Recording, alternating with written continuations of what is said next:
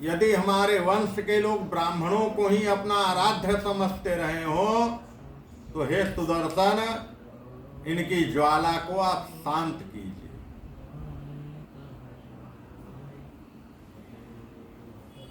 सुखदेव जी ने कहा कि हे राजन, अम्बरीश ने दुर्वासा जी को सब ओर से जलाने वाले भगवान के सुदर्शन चक्र की इस प्रकार से स्तुति की, तब उनकी प्रार्थना से चक्र शांत हो गया।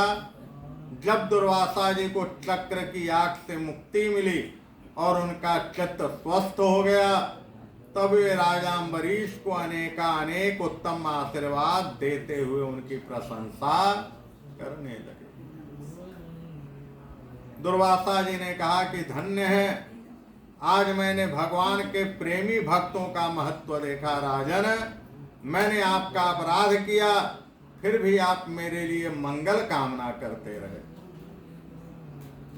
मेरे क्रोध करने पर आपने क्रोध नहीं किया, जबकि राजा अम्बरीश चाहते तो जैसे दुर्वासा जी ने शाप दिया था, राजा अम्बरीश भी उनको शाप दे सकते थे और इस शाप से दोनों नष्ट हो जाते, कोई नहीं बचता। लेकिन संतों ब्राह्मणों के प्रति प्रेम और भगवान के प्रति भक्ति ने उनको ऐसा करने से रोका और उन्होंने दुर्वासा जी को कोई शाप नहीं दिया, बल्कि उल्टे उनकी मंगल कामना करते रहे। जब से दुर्वासा जी गए थे, सुदर्शन चक्र उनके पीछे पड़ा और वहां से भागे, तब से उनको वहां आते हुए 1 साल का वक्त लगा। साल भर तक दुर्वासा जी चक्र के आगे भागते रहे। 1 साल जब बीता है, तब दुर्वासा जी वहां आकर के पहुंचे हैं अम्बरीश के पास। साल भर तक दौड़े हैं और इधर महाराज अम्बरीश उस दिन से उन्होंने अन्न ग्रहण नहीं किया है, केवल जल पी कर रह रहे हैं। इंतजार कर रहे हैं कि दुर्वासा जी आएंगे, उनको भोजन करा लेंगे, फिर हम भोजन ग्रहण करेंगे, उससे पहले नहीं। दुर्वासा जी को बैठा करके उन्होंने भोजन कराया और जो अन्न दुर्वासा जी छोड़ करके गए हैं, उसी अन्न से को उन्होंने ग्रहण किया है। और इस तरह से साल भर तक अन्न त्यागने के बाद आज अम्बरीश जी ने अन्न ग्रहण किया।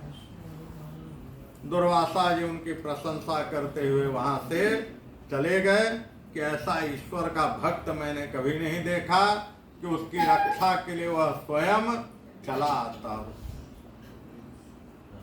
और भगवान तो वास्तव में अपने भक्त के प्रिय करते हैं, भक्त का प्रिय करते हैं, भक्त का हित चाहते हैं। कि जब गजराज को जरूरत पड़ी तो भगवान चले आए मात्र एक आवाज में। जब प्रहलाद को जरूरत पड़ी, एक आवाज में चले आए। जब ध्रुव को जरूरत पड़ी, तुरंत उपस्थित हो गए। तो भगवान ने कहा कि मैं सदैव भक्तों के अधीन रहता हूं और भक्त जब संकट में आते हैं तो उनकी रक्षा मैं प्रथम करता हूं। लेकिन जो अपनी रक्षा करने में समर्थ होते हैं, मैं उनकी रक्षा कभी नहीं करता।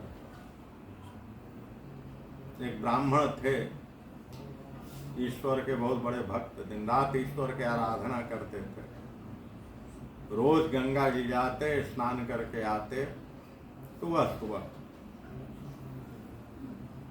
फिर बाकी घर का पूजन सब करते, तब जाकर के जल और अन्न ग्रहण करते। सारे नियम धर्म का पालन करने के बाद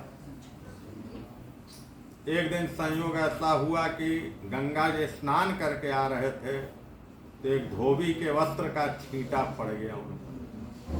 छींटा पड़ गया, पवित्र हो गए। क्रोध आ गया। क्रोध आया तो दोनों में लड़ाई शुरू हो गई। लड़ाई शुरू हुई तो धोबी ने डंडा निकाला उनको मारने के लिए। जैसे ही धोबी ने डंडा निकाला तो भगवान वैकुंठ से दौड़ पड़े तेजी से दौड़े, लेकिन जितनी तेजी से दौड़े उतनी ही तेजी से फिर वापस आ गए। तो लक्ष्मी जी ने पूछा क्या हुआ, आप इतनी तेजी से गए और तुरंत लौट आए। तो भगवान ने कहा कि मैं एक ब्राह्मण की रक्षा करने गया था, लेकिन जैसे ही वहां पहुंचा तो देखा कि ब्राह्मण भी डंडा लेकर तैयार है।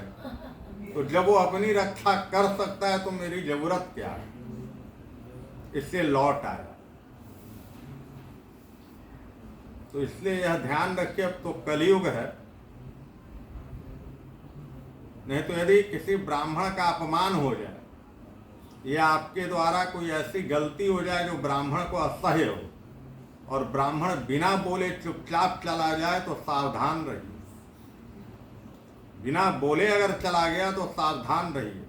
अगर क्रोध करके गया है तो कोई बात नहीं है, कोई दिक्कत नहीं है, लेकिन क्रोध नहीं किया, कुछ बोला नहीं है तो बिल्कुल सावधान रहिए, क्योंकि उसका दंड भगवान देंगे। ब्राह्मण ने आपको दंड नहीं दिया।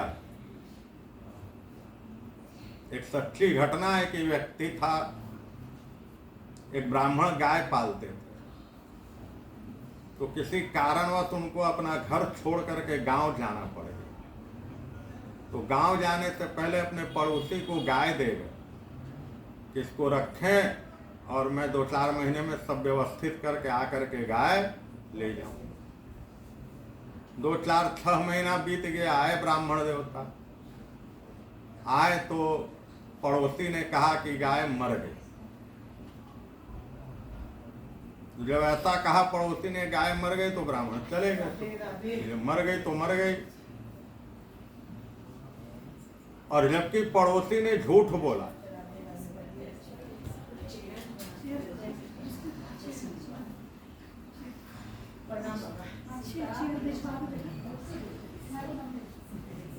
पड़ोसी ने झूठ कहा था, वह गाय को बेच चुका था और ब्राह्मण से उसने झूठ बोला कि गाय मर गई है। ब्राह्मण ने कुछ नहीं कहा, चुपचाप चला गया। और कुछ वर्षों के बाद ऐसी आफत उस घर पर आई कि उसकी सारी संपत्ति नष्ट हो गई, उसके संतान नष्ट हो गए, उसका परिवार धीरे धीरे नष्ट होने लगा। तब जाकर के बात समझ में आई कि कितनी बड़ी गलती की है मैं।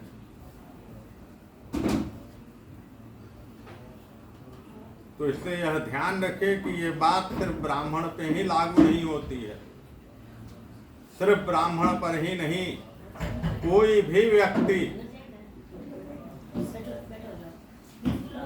व्यक्ति साधु हो, संत हो, ब्राह्मण प्रेमी हो, ब्राह्मण हो, भगवत भक्त हो, ऐसा कोई भी व्यक्ति हो, किसी भी वर्ण का व्यक्ति हो, अगर कोई अपराध उसके प्रति हो जाता है और पलटकर उस अपराध का जवाब नहीं देता है तो उसका जवाब भगवान देते हैं समय आने पर, और उनका जवाब बहुत कष्टदायी होता है, असह्य होता है, और उसका कोई उपाय, उसके निवृत्ति का कोई उपाय कभी नहीं मिलता है।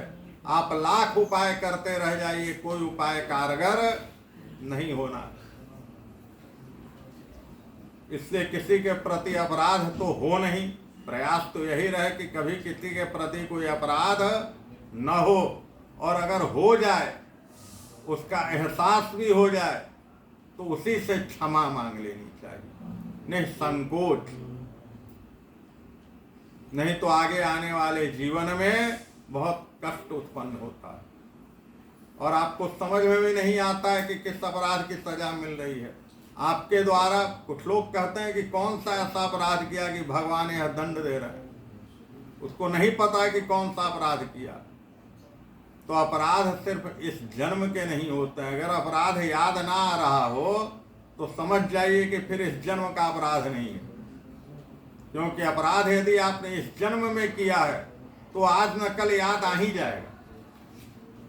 आज आए, कल आए, 2 दिन बाद आए, 10 दिन बाद आए, महीना दिन बाद आए, लेकिन कभी न कभी याद आ जाएगा कि मैंने अपराध किया है।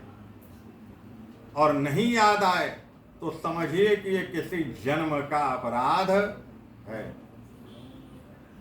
पिछले किसी जन्म का, 1 जन्म, 2 जन्म, 10 जन्म, 1000 जन्म के बाद का कोई अपराध है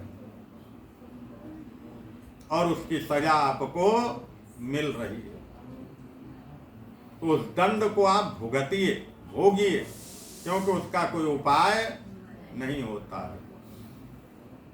ये आपके कर्म हैं और आपका कर्म तो फल देगा, बिना फल दिए वह शांत नहीं रह सकता है।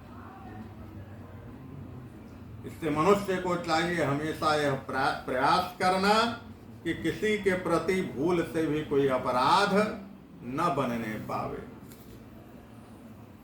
और इस तरह से दुर्वासा जी भी प्रसन्न होकर के अम्बरीश की आवभगत पा करके, अम्बरीश की सेवा सत्कार पा करके प्रसन्न मन से अम्बरीश को आशीर्वाद देते हुए वहां से लौट पड़े।